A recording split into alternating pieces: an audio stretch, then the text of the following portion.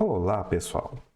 Eu tinha comentado no outro vídeo que esse ano estava sendo agitado de o pessoal perder dinheiro com fundos de prazo na bolsa, porque já fiz um vídeo e vai ter alguns outros programados, né, de coisas que já estão acontecendo.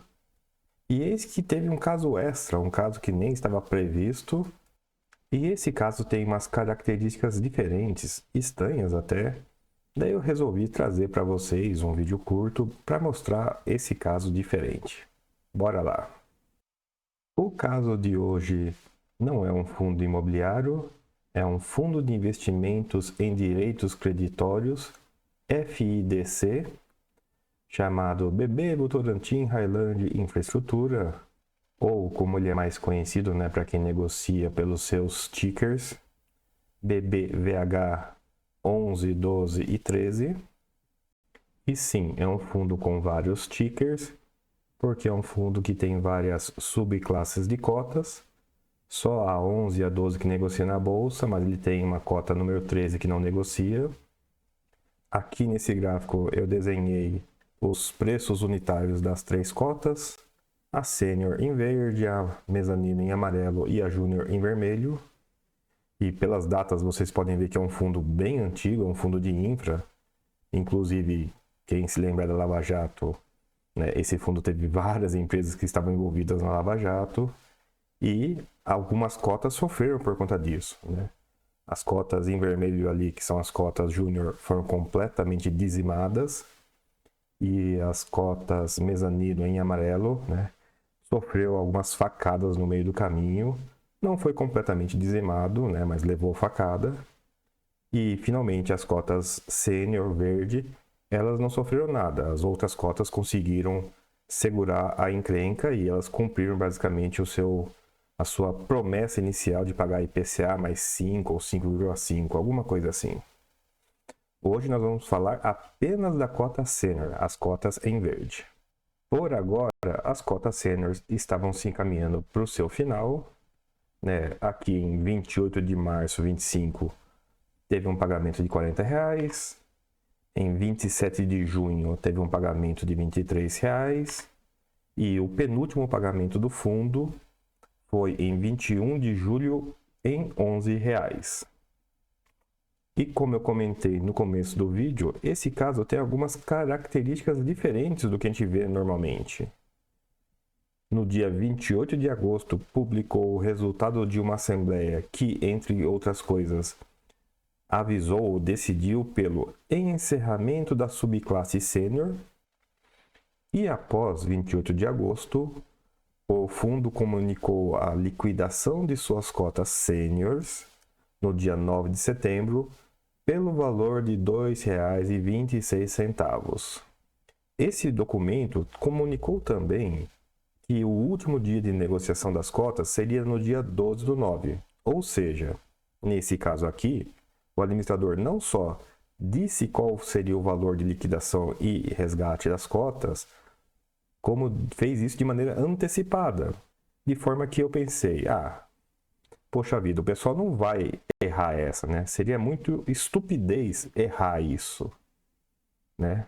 Entre o que a gente acha que o mercado é e o que o mercado faz, tem uma longa diferença. Nesses meses finais, o mercado cometeu dois erros grosseiros, né, nessa cota que estava se encerrando. O primeiro erro grosseiro é essa disparada nesse gráfico ajustado aqui, perto do dia 22 de julho. Mas meu foco aqui são os últimos 2 dias de negociação. Até coloquei um zoom aqui. Antes desse último comunicado no dia 9, o fundo estava negociando em 2,30, já bem acima do valor de resgate. E após o comunicado de 9/9, em vez do fundo convergir para o valor de resgate, ele começou a fazer duas coisas. Primeiro, o volume subiu. 2, o preço subiu. Em outras palavras, as pessoas começaram a comprar cotas desse fundo a preços acima do valor de resgate. E, pessoal, não é como se isso fosse uma informação escondida. Isso aqui que eu estou mostrando para vocês é a página do fundo no site do administrador, que nesses longos anos manteve uma documentação muito ok, muito organizada. Inclusive isso aqui, essa parte aqui embaixo. Um documento que mostra o valor da cota desde tempos imemoriais, né? Vai lá no comecinho do fundo e vem até aqui os valores recentes.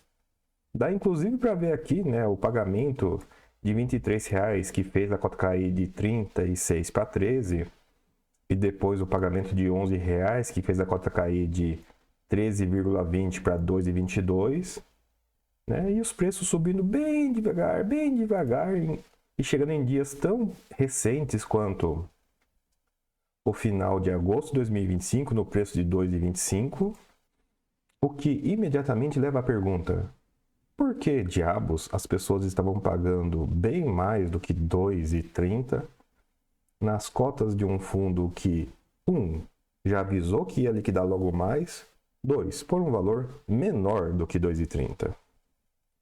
Bom, vamos falar um pouco de números, né? Vamos tentar estimar a perda desse pessoal rapidamente aqui e tentar, né, imaginar o porquê.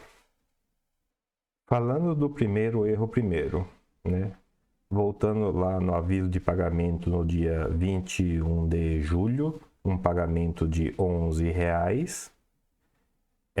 Esse pagamento teve datacom no dia 21 de julho, de maneira que no dia 22 de julho em diante, quem comprasse cotas já não receberia esses R$ 11,00. Mas dá para observar pelo dado histórico que negociou por vários dias em valores muito superiores àqueles 2,20, 2,30 que a cota valia, causando inclusive aquela grande distorção, né? E não satisfeitos, o pessoal ainda negociou após o dia 9/9, no dia 10/9 e 11/9, a preços médios de 2,58 e 2,60.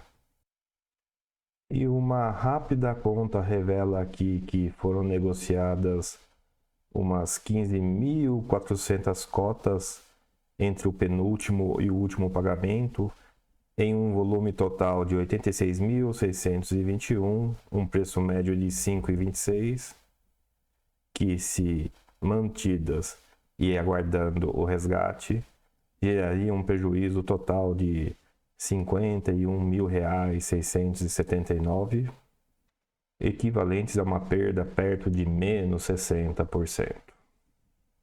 Bom, recapitulando, esse foi um caso um pouco diferente dos outros. Foi um prejuízo financeiramente menor, e isso é bom. Foi em um fundo de direitos creditórios em vez de um fundo imobiliário, mostrando que esse tipo de problema não ocorre apenas nos fundos imobiliários. E foi um caso onde bastante coisa foi avisada com alguma antecedência.